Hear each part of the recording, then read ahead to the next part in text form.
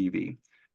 So the experience for me there, the dysfunction in my parents' home, that ran its course. And this is the cumulative effect. This is the thing that you teachers, you guys struggle with and you don't always know how you can fix. Well, I'll tell you, you can't always fix it, but there's pathways for these kids to be able to fix it because sometimes it's going to fall on them like it fell on me. Um, David, you can go ahead and flip to the next slide. This can be the end result though. So I don't have any pride in what I talk about with high school. I laugh about it because sometimes in life you're just going to have to laugh, whether it's good or bad, you're going to have to laugh. The pride would actually come from what I did after high school and the way that it actually came to be. And the networks that all of you use to function with an LAUSD right now, I built most of those networks going back to 2001 in a program called E-Rate. It's the thing that causes all the construction in your school sites every year, how you get new APs, you get all this different stuff.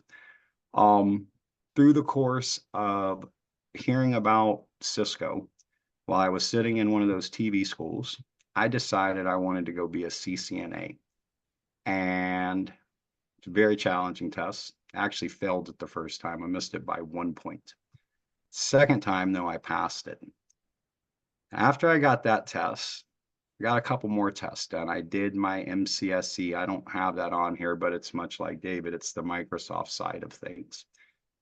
And then I started to really fall in love with Cisco, and I chased a whole bunch of other Cisco certs.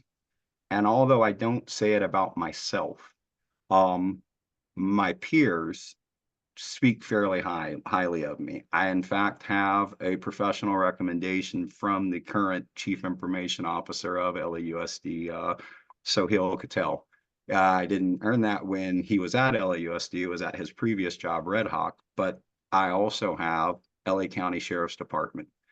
I can assure you guys with my background as a kid, that's probably the most startling one to me because I never imagined I would go design something like that, or I would get recommendations from a man like Mike Tinsley, who's worked for the biggest Department of Defense companies on earth, and that CACI or SAIC, CACI, who I also worked for at one point, and then the castle would be Army Corps of Engineers.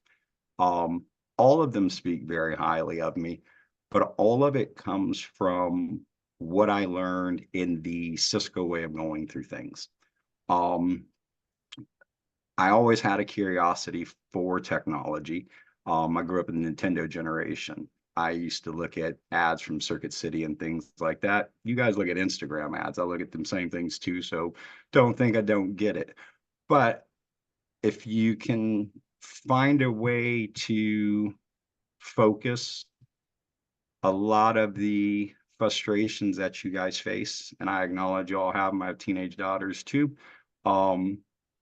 you can come out fairly victorious because it wasn't just my teachers that didn't think I was going to be successful. I didn't think I was going to be successful. It wasn't until I found something that treated my career almost like a video game. And that's what David was talking about with the certifications. Every time you earn one of these certifications, it translates to more money. It's just like something in a video game. I went from $13 an hour to $60,000 an hour in 1 year. That was 20 years ago. For just one of those certifications that I have listed up there, the base salary is about $82,000. That's a certification that is very achievable for any one of you juniors, seniors, sophomores. Probably a few of you freshmen can pull it off because there are kids in junior high who are capable of passing it. Just takes an extreme amount of focus. But this can set you on a pathway to when you come out of school, you're able to achieve some of the things and get your own story here because this is the pathway that led me to meeting David. You don't see a college degree on here from me. That doesn't mean I'm anti-college. It means my pathway was different. For my children, they all go to college. My son's working on his master's, my daughter on her bachelor's. and my daughter's in her junior year in high school while working on 2 AA degrees. So I very much do push it, but it's not a fit for all of us. It wasn't a fit for me. I recognize some of the real challenges that happen with the math requirements now for college with pushing things to pre-calc. Smart as my daughter is, it drives her nuts too. So these are pathways, much like what the trades were for my dad and grandfather. I didn't mention them, but they're LAUSD built also. My grandfather retired from LAUSD back in, the mid 80s. My dad retired from LAUSD about 10 years ago. They were both plumbers. I didn't like to get dirty like that. I didn't want to smell like septic tanks. So I played with my mom's computer. Um, Pretty much I'm glad so, because these are the trades of the future. David was pointing to it where he was saying, what would happen if your Wi-Fi went off? Well, I would phrase it like this. What happens if Fortnite goes out? If Fortnite goes out, I'm going to say about 30 to 50% of the kids on this call would have an issue with it. But what you guys don't know about that game that you play is the people who build that game make substantially more than the numbers I'm talking about here. But this is the baseline of where they start at. They don't all go for college degrees because the debt that's tacked with a college degree doesn't necessarily translate to what employers are looking for. And David and I will get to that in a couple more slides. David, you can flip to the next one. Yeah, I mean, it's a couple things. Just talking about the college thing, it's very interesting. You're starting to see companies now. I mean, Cisco hired me without a college degree, but that was really unusual at the time. Nowadays, I've seen companies like one of my old customers, because I have many jobs at Cisco, is Deloitte Consulting. They go and grab like the top grads from all the best schools, right? They're getting rid of the college requirement, and they were very, very big on that. That's all they would do is recruit from colleges. That kind of says something about the tech industry and what's needed out there. Like I said, Eric and I both never really. My college I did nothing to do with tech. Probably why it was boring, and that's probably why I left initially. Eric, never set foot in a college classroom yet. We, on the same path. I'm laughing because you said, the E-rate one. I remember, you were building it. I was probably helping sell it to LAUSD at that time. And Eric and I were working on the same certifications and the same stuff. We didn't know each other, but we were on that same path, right? So, and I'm going to say one more thing about Eric about in terms of, giving him some kudos, because he's my personal kudos. I've been in this industry for 23 years. I never met a Wi-Fi engineer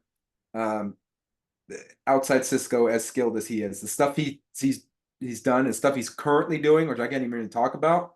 Amazing, unbelievable stuff that is actually going to be very public stuff in the future. And that's why Eric is working for a lot of different companies. I finally told him, I said, you know what, these employers you have are just using you, and you're not getting what you really deserve out of this. And that's why I said you got to start your own company. And I helped him a little bit do that. But that's it's pretty amazing that he's got his own company now. So anyway, enough about that. Go ahead, Eric. So these are more of the amazing people, and this slide's kind of important to me because most of you on here, all of you on here, I'm not even gonna say most of you, all of you can tell me who your favorite singer is, your favorite actress is. You can tell me who your favorite sports player is.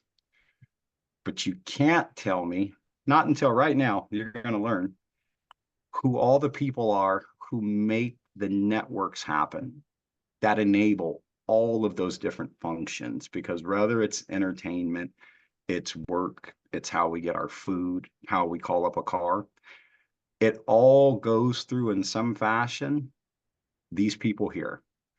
All of these people here are Cisco employees or highly certified Cisco people. They're all people that I know personally. David knows them. They've all helped me at different points in my career. And I'll kind of start with the first one, Jim Florwick, the guy who it looks like he goes to the same barber as me. Jim's title says Principal Technical Marketing Engineer. That's a very, very high level Horrible title. description of what he does. But like David said, Corporate title, what can you say?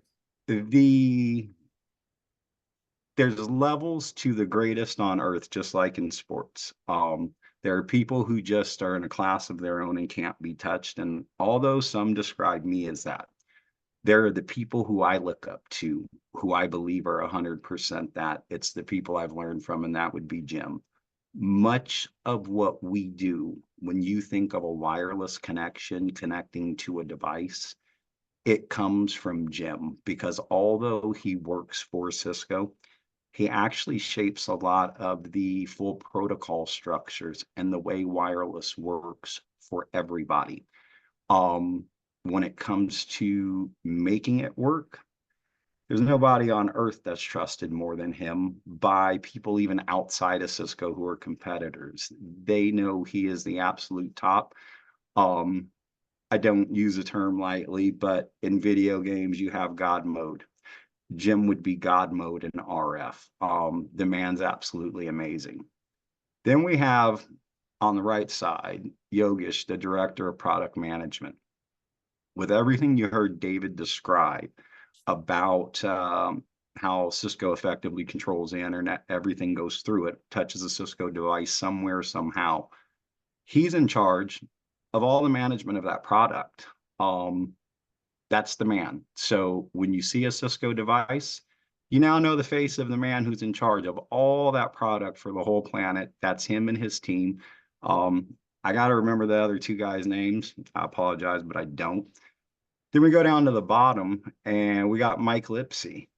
And Mike Lipsey is an amazing architect, just like David. I probably should update his title, but he also does a lot on the coding side of things. So traditionally, Cisco's been hardware, and that's what we put out there. But today's world, it's a software-driven world.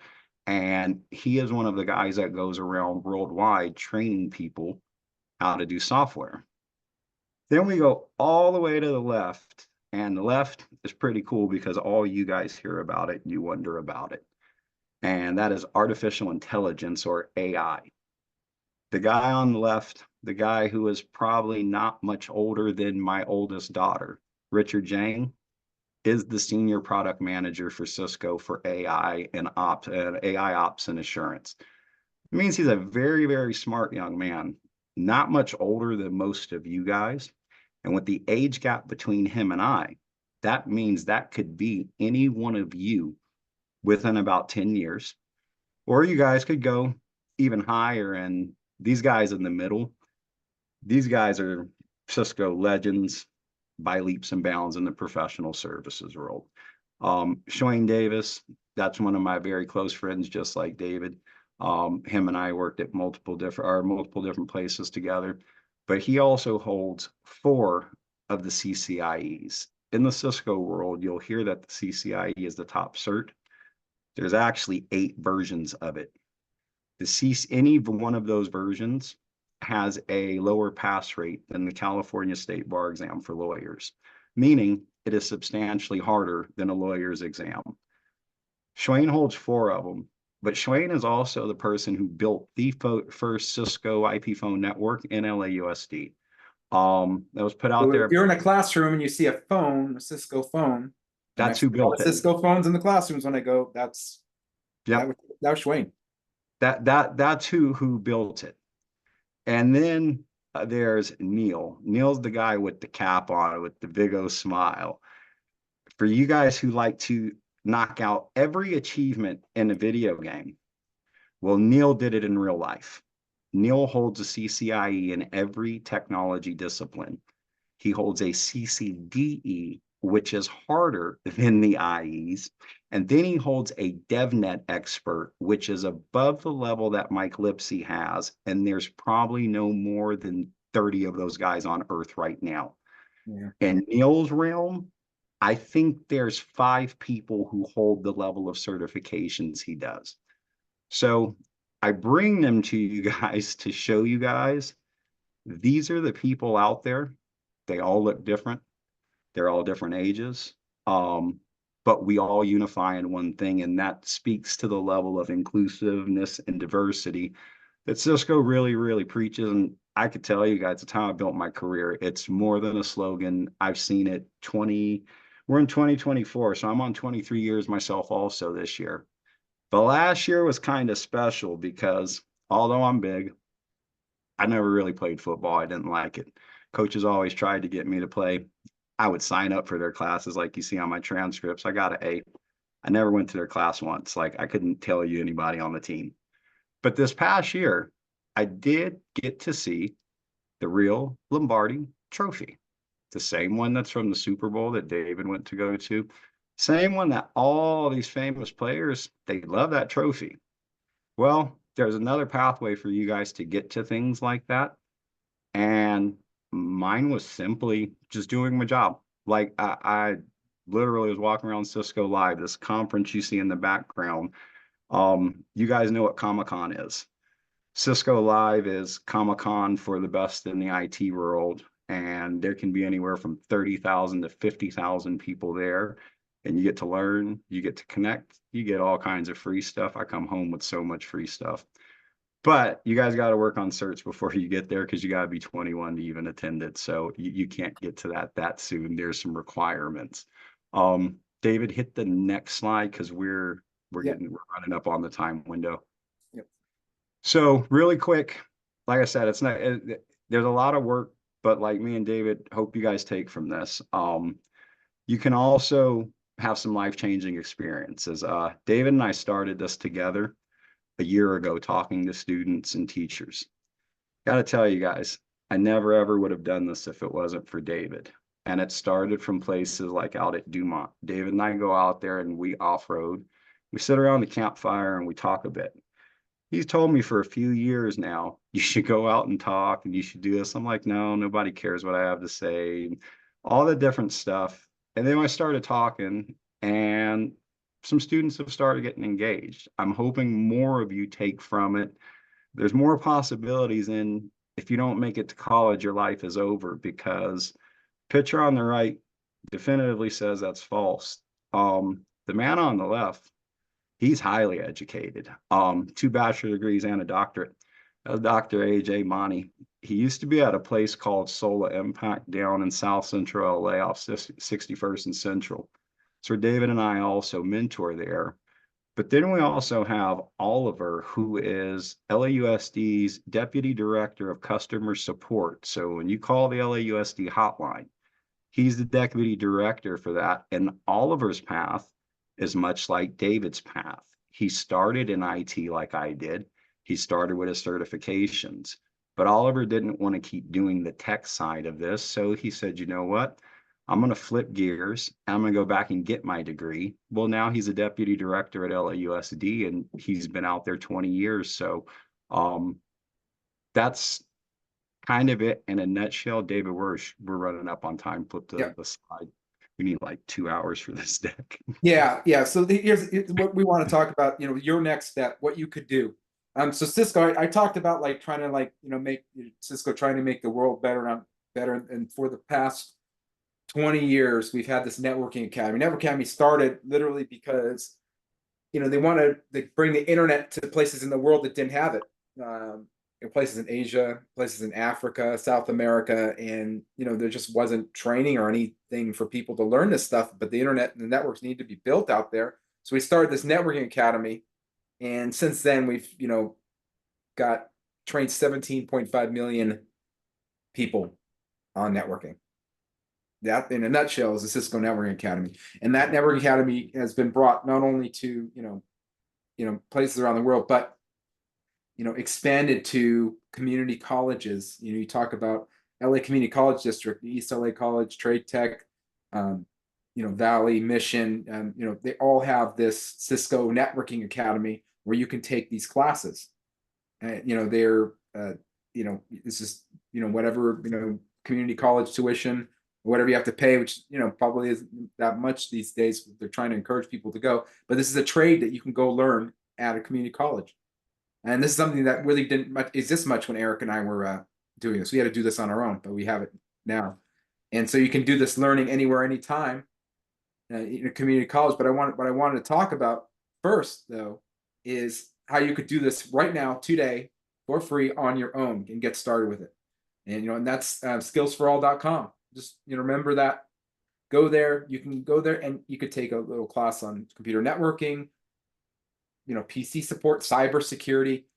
Go on there, take a free online class, see if it's something you like. It might not be your thing, but it might very well be your thing. It might be very interesting to you. You go check this out for free, and and learn and kind of learn more about this. Like I said, I think it's a very interesting career, and I think a lot of you might think so too. Something you may not have thought of. Eric, I want you to talk about LinkedIn because Yep. you're huge on it.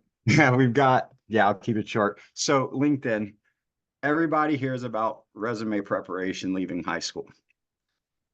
Teachers, I'm going to apologize right now for what I'm going to say, but it's the reality of our world. I have not made a resume since 2007. The reason for that is LinkedIn. In the IT world, LinkedIn is where we use our resume. This is where you put your educational history. This is where some of those trainings on the slide about things I've done, like the critical thought process and making better decisions, those are all trainings via LinkedIn. But what also goes in here is not just the work history, but professional recommendations.